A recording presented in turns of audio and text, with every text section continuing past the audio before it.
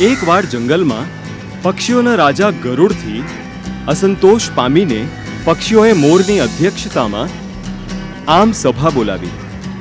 મોરે પક્ષીઓને સંબોધન કરતા કહ્યું, મિત્રો, ગરુડજી અમારા રાજા છે, પણ મને આ વાત કહેવામાં બહુ જ દુઃખ થઈ રહ્યું છે કે એમના રાજ્યમાં પક્ષીઓની દશા ખૂબ જ ખરાબ થઈ ગઈ છે.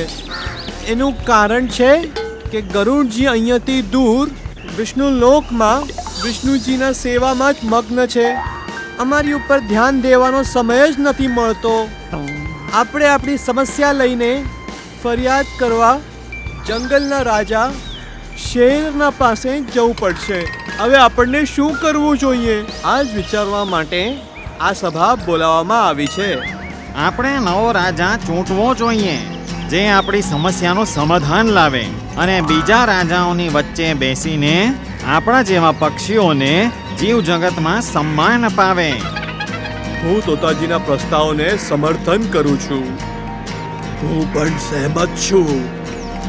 મોરે પંખ ફેલાવ્યા અને ઘોષણા કરી. તો સર્વસંમતિથી તય થયું છે કે આપણે નવા રાજાનો ચુનાવ કરશું. પણ કોને બનાવીએ આપણે નવો રાજા? બધા જ પક્ષીઓ એકબીજાથી સલાહ સૂચન કરવા લાગ્યા. ત્યારે ચકોર પક્ષી બોલ્યું, હું રાજા પદ માટે ઘુવડનું નામ સૂચવું છું. તેઓ બુદ્ધિમાન છે, એમની આંખો તેજસ્વી છે, સ્વભાવ ગંભીર છે, એવું જ જેવું રાજાઓને શોભે. ચકોરજીનો સુઝાવ ઘણો દૂરદર્શી છે. એ તો બધા જાણે છે કે ઘુવડ જ લક્ષ્મી દેવીની સવારી છે. ઘુવડ અમારો રાજા બની જશે તો આપણી દરિદ્રતા દૂર થઈ જશે. લક્ષ્મીજીનું નામ સાંભળતા જ બધા પર જાદુઈ પ્રભાવ થયો. બધા જ પક્ષીઓ ઘુવડને રાજા બનાવવા તૈયાર થઈ ગયા. ઠીક છે, હવે હું ઉલ્લુજીને પ્રાર્થના કરીશ કે એ કંઈક શબ્દો બોલે. ભાઈઓ, તમે લોકોએ જે રાજા બનાવવાનો નિર્ણય કર્યો છે એનાથી હું ખુશ છું. તમે લોકોએ મને સેવાનો મોકો આપ્યો છે, એને હું જિમ્મેદારીથી નિભાવીશ. તમારી બધાની સમસ્યાઓ હલ કરવાનો પૂર્ણતા પ્રયત્ન કરીશ. ધન્યવાદ. પક્ષીઓએ એક સુરે ઘુવડ મહારાજની જય જયકાર કરી. કોયલો ગાવા લાગી. ચીલ પક્ષી કોઈ જગ્યાએથી મનમોહક ડિઝાઇન વાળું રેશમની શાલ ઉચકીને લઈ આવ્યું. એને એક ડાળખી ઉપર મૂકવામાં આવ્યું અને ઘુવડ એની ઉપર જઈને બેઠો. કબૂતર જઈને રંગબેરંગી દોરાઓનો દડો લઈ આવ્યો અને એને ઝાડની ડાળખી ઉપર લટકાવીને સજાવા લાગ્યો. મોરના ટોળાઓ ઝાડની આજુબાજુ નાચવા લાગ્યા. એક પક્ષીએ ઝાડની પાસે પંજાથી માટી ખોદીને મોટું હવન તૈયાર કર્યું. બીજા પક્ષીઓ લાલ રંગના ફૂલો લાવીને કુંડમાં ઢગલો કરવા લાગ્યા. કુંડની ચારે બાજુએ 8-10 પોપટો બેસીને મંત્ર ભણવા લાગ્યા. બાકી પક્ષીઓએ સોના અને ચાંદીના તારમાંથી મુકુટ બનાવી દીધું અને હંસ મોતી લાવીને મુકુટને સજાવા લાગ્યો.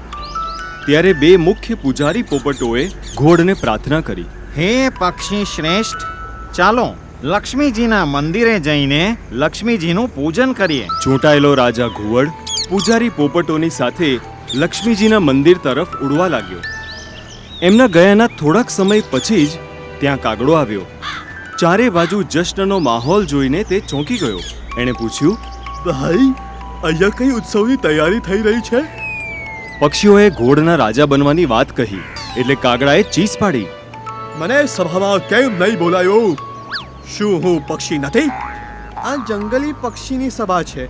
તમે તો અધિકતર કસ્બો અને શહેરોમાં રહેવા લાગ્યા છો. તમારો અમારી સાથે શું વાસ્તો? કાગડાને ઘોડના રાજા બનવાની વાત સાંભળીને અંદરથી જલન થવા લાગી. એણે માથું પટક્યું અને કાઉં કાઉં કરવા લાગ્યો. અરે, તમારું દિમાગ ખરાબ થઈ ગયું છે.